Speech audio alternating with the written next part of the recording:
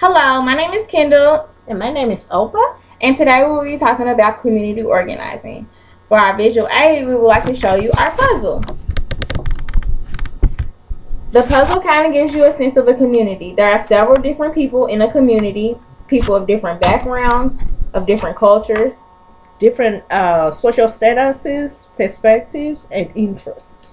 So, in a community or within community organizing, people come together as one. They normally have a common interest of some sort, or they want to face a political issue that might be going on within their community.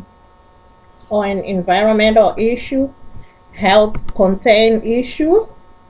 You can see, while we're having puzzles together, many problems may arise when you organize within a community.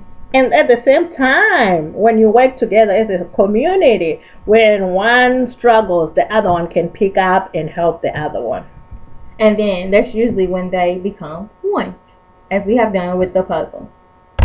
Community organizing is a process where individuals who live close to one another come together to form an organization that is usually based upon a common interest.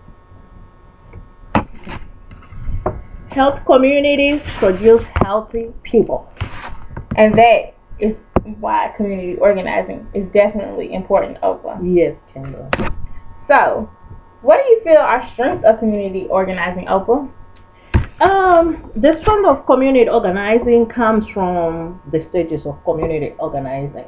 So can you talk a little bit about the stages of community organizing?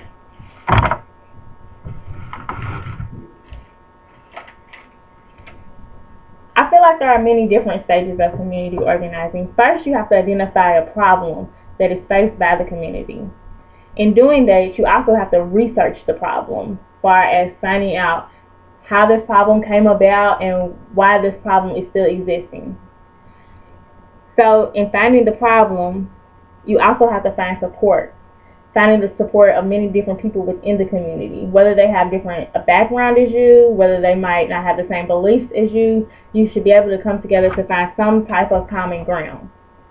Also, I feel like you need to know who the allies are. Who's against this, you facing this problem? Who's stopping you from getting this problem solved?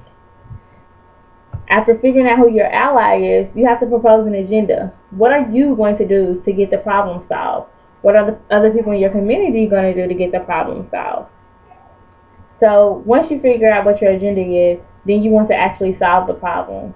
So in actually solving the problem, it could be attending a town hall meeting. It could mean advocating for the problem in many different ways. It could even be writing a letter to your representative to address the problem. But you also have to keep in mind that you have to have alternatives. So with that being said, of having alternatives, there comes weaknesses with community organizing. So what do you feel are any weaknesses of community organizing? Just like anything that has to bring people together, conflict is the number one thing. Every time where people gather, we have conflict. So conflict is one thing that you have to bear in mind, that it will happen no matter you want it or you don't want it. And the other thing is power struggle, because within the community you have some people who feel like they have power over, or over other people or over the problems. So but don't you feel like there's a lot of power within? I mean, people coming together, that shows a sense of power. Yeah, there'll always be power within, mm-hmm. But it takes the whole community to realize that they have power together from the power within. Okay, so what do you feel like it takes to be an actual community organizer? What it really takes is confronting the source of your content and developing support. These are the strengths that community organizing has, so that's what it takes to be a community organizer: breaking the silence, looking at what you have that you can use, so that's like community resources and stuff like that. Reminding yourself of why the change is change. Why is it important to you, that change, and why is it important to the community? So that's what it takes, to be a community organizer. Okay. So looking at the core process and going back to Finney and Jacobson and talking about engagement and teaching, learning, how do you think this incorporates back to community organizing?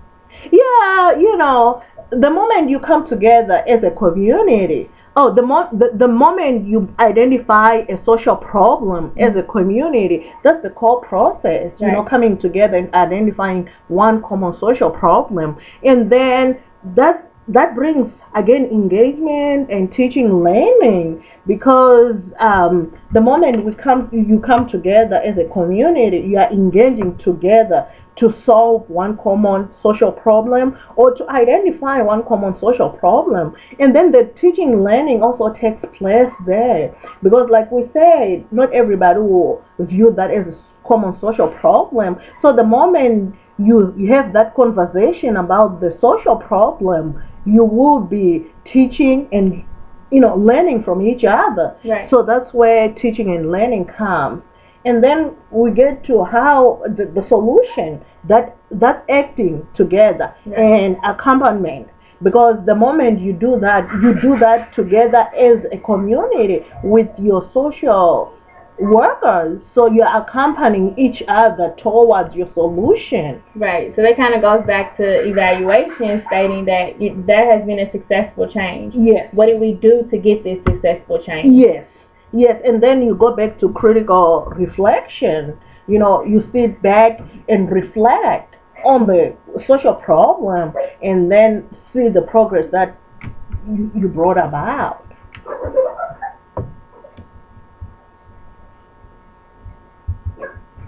So overall, as social workers, what do you think we can challenge others? How do you think we can challenge other social workers?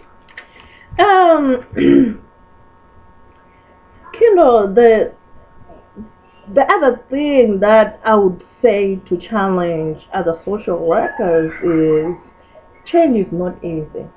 It brings discomfort and provokes fear. And that should be, it's a norm, Right. to any kind of change. So if you feel like there is a social problem of contain, and then you feel that discomfort and fear, that shouldn't stop you from, going ahead to solve or to challenge that situation. We have to know that that's part of the process. And I like a quotation from Herman.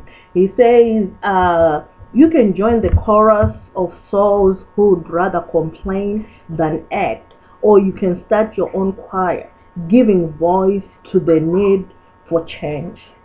Right, that's a very powerful quote. It is. When we look at on the issue of social injustices, the people who are underserved, they usually don't have a voice. Right. They don't usually have a voice to voice their concerns and problems. Yeah. So as social workers, we can be their voice and voice with them. I agree. So you heard that, future social workers. Community organizing is a very important aspect of social work.